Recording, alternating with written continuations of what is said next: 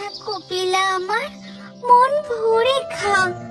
তুই যে আমাদের সংসারের লক্ষ্মী রে। আর শোন কপিলা, গ্রামে এখন গরু চুরি হচ্ছে। যদি তোকে কেউ চুরি করতে আসে, তুই মামা বলে জোরে জোরে ডাক দিবি, আমি দৌড়ে চলে আসবো।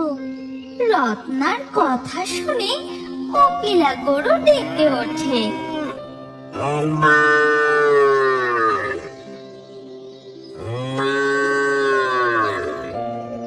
যেন সে তার মালকিনের সব কথা বুঝতে পেরেছে।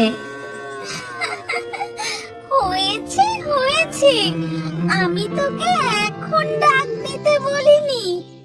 এরপর দিন গড়িয়ে সন্ধ্যা হয়। সন্ধ্যাবেলা রত্না রান্নাঘরে যখন রান্না করতে ব্যস্ত, ঠিক তখনই একটা গরু তাদের উঠানে ঢুকে গোয়ালের সামনে গিয়ে দাঁড়ায়। তারপর হঠাৎ গরুটা একটি বউয়ের রূপ ধারণ করে। ও নিতাই খুড়ো, ঘড়ির কাঁটাটা দেখেছ? কটা বাজে? যাকে দোকান যখন বন্ধ করনি, তা আমাকে এক কাপ গরম গরম চা দাও দেখি। হ্যাঁ হ্যাঁ, দিচ্ছি দিচ্ছি। আজ দোকানে মেলা খদ্দের ছিল। তা এত রাতে তুই কোথা থেকে ফিরছিস? এই বলে নিতাই চাওয়ালা মানিককে এক কাপ চা দেয়। চায়ে চুমুক দিয়ে মানিক বলে, আর বলো না, ভীমপুরে এক বাড়িতে দুধ দিয়ে আসতে গেছিলুম গো। কালনার মেয়ের জন্মদিন। এরপর মানিকের চা খাওয়া হয়ে গেলে সে তার সাইকেল নিয়ে বাড়ির উদ্দেশ্যে রওনা দেয়। ওদিকে তখন মানিকের বউ রত্না, লোকটা যে এখনো ফিরলো না, কতটা রাত হয়ে গেল, এতক্ষণ তো লোকটার ফিরে পড়ার কথা। মানিক আপন মনে গুনগুন করতে করতে সাইকেল চালাতে থাকে।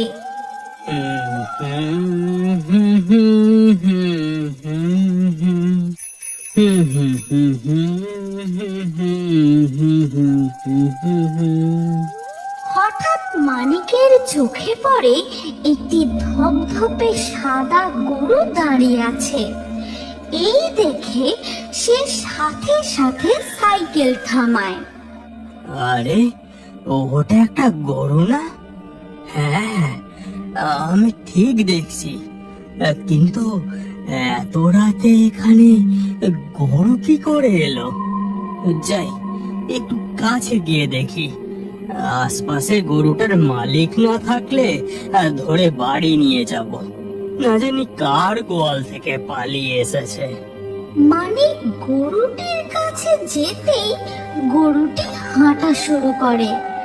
মানিকও তার পিছু নেয়। এই গরু, কোথায় যাচ্ছিস? দাঁড়া, আহ আহ আহ দাঁড়া বলছি, আয় আয়। গরুটি কিন্তু দাঁড়ায় না। মানিক গরুটিকে ধরার চেষ্টা করলেও গরুটি আরো জোরে হাঁটতে থাকে। এইভাবে মানিক পিছু করতে করতে সে জঙ্গলের গভীরে ঢুকে যায়। দাঁড়া বলছি, আয় এদিকে আয়, আহ আহ এদিকে আয়। এরপর গরুটা চোখের পলকে হঠাৎ অদৃশ্য হয়ে যায়। মানিক অনেক খোঁজাখুঁজি করেও আশেপাশে কোথাও গরুটাকে দেখতে পায় না। কিন্তু হঠাৎ এ কি, ঘি তৈরির এত তীব্র গন্ধ কোথা থেকে আসছে? আশেপাশে তো কোনো বাড়িও দেখছি না। না, ব্যাপারটা ভালো ঠেকছে না। ফিরে যাই আমি।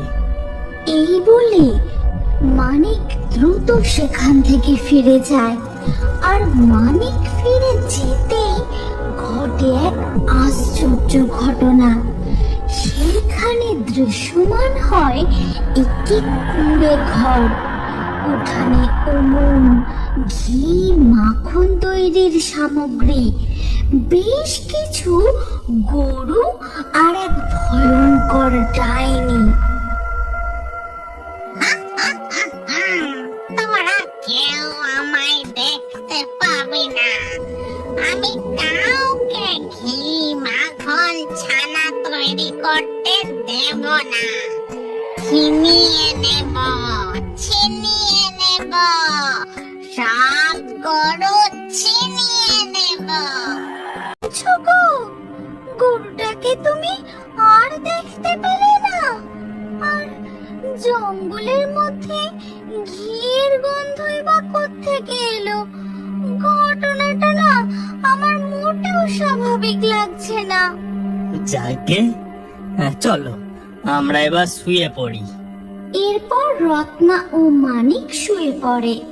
পরের দিন সকালবেলা মানিক গোয়াল ঘরে গিয়ে দেখে তাদের গরু কপিলা সেখানে নেই। কপিলা, কপিলা, কোথায় তুই? কপিলা, কপিলা। মানিকের ডাকাডাকি শুনে রত্না সেখানে ছুটে আসে। হায় হায় হায়, শেষমেশ আমাদের কপিলা গরুকেও চুরি করে নিয়ে গেল। ও যে আমাদের একমাত্র ভরসা ছিল। মনে হয় কপিলাকে কাল রাতেই চুরি করে নিয়ে গেছে গো। ওদিকে দেখা যায় ওই ডাইনি তার উঠানে কপিলা গরুর দুধ দুইছে। একদম নড়বি না, চুপচাপ দাঁড়িয়ে থাকবি। এই বলে ডাইনি 2 বালতি দুধ দোয়। তারপর তার উনুনে দুধ গরম করে ছানা তৈরি করতে থাকে। হাটের মিষ্টির দোকানে শুধু আমার তৈরি ঘি, ছানা, মিষ্টি বিক্রি হবে। আমি একে একে সব গোয়ালার গরু ছিনিয়ে নেব। এরপর ডাইনি বউয়ের রূপ ধারণ করে তার তৈরি মিষ্টি নিয়ে হাটের দিকে চলে যায়। আর ডাইনির কুঁড়ে ঘর, উনুন, সমস্ত গরু আবার অদৃশ্য হয়ে যায়।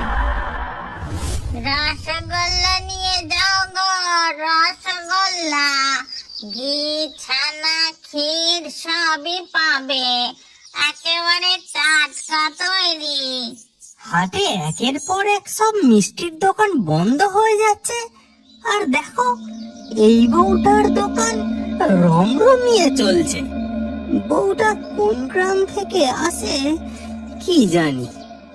এরপর ঘেটু বউটার দোকানে গিয়ে তাকে জিজ্ঞাসা করে, আচ্ছা বলি তুমি কোন গ্রাম থেকে আসো গো? আর তোমার দোকানে এত মিষ্টি, ছানা, তা তোমার কটা গরু আছে? অত জেনে তোমার কি কাজ বাপু? মিষ্টি কেনার হলে কেনো, না হলে চলে যাও। দেখছি তোমার খুব দেমাগ।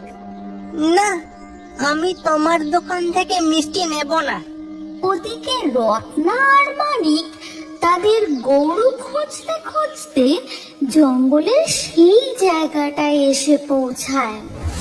আশ্চর্য ব্যাপার, জঙ্গলের এখানে এতটা অংশ পুরো ফাঁকা।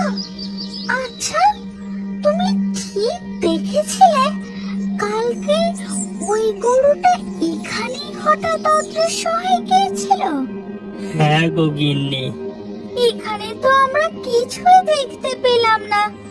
চলো এবার চলে যাই। রত্না ও মানিক জঙ্গল থেকে বেরিয়ে রাস্তায় উঠতেই তাদের সাথে ঘেটুর দেখা হয়। কি গো মানিকদা, এই জঙ্গলে কি করছো? তারপর মানিক সমস্ত ঘটনা ঘেটুকে খুলে বলে। আর সব কিছু শুনে ঘেটু বলে, জানো মানিকদা, হাতের ওই মিষ্টির দোকানের বউটা ভারী অদ্ভুত। সবার মিষ্টির দোকান বন্ধ হয়ে যাচ্ছে, আর বউটার দোকান একবারে রমরমিয়ে চলছে। কি জানি বাবা, বউটা জাদু ফাদু জানে নাকি। আচ্ছা, আমি আসি গো মানিকদা। ঘিটু তার বাড়ির দিকে চলে যায়। আর এই সব কিছু শুনে রত্না তার স্বামীকে বলে, আমার না কেমন যেন একটা খটকা লাগছে। আচ্ছা শোনো না, আমরা না এখানে গাছের আড়ালে লুকিয়ে থাকি, নিশ্চয়ই কোনো রহস্য উদ্ধার হবে। রত্নার পরিকল্পনা মতো তারা গাছের আড়ালে লুকিয়ে থাকে। দিন গড়িয়ে সন্ধে হয়ে আসে।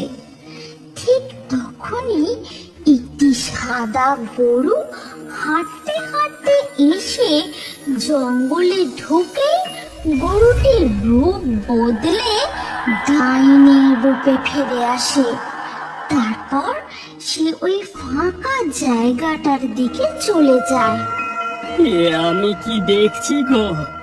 কাল রাতে তো এই গরুটাই আমি পিছু নিয়েছিলাম।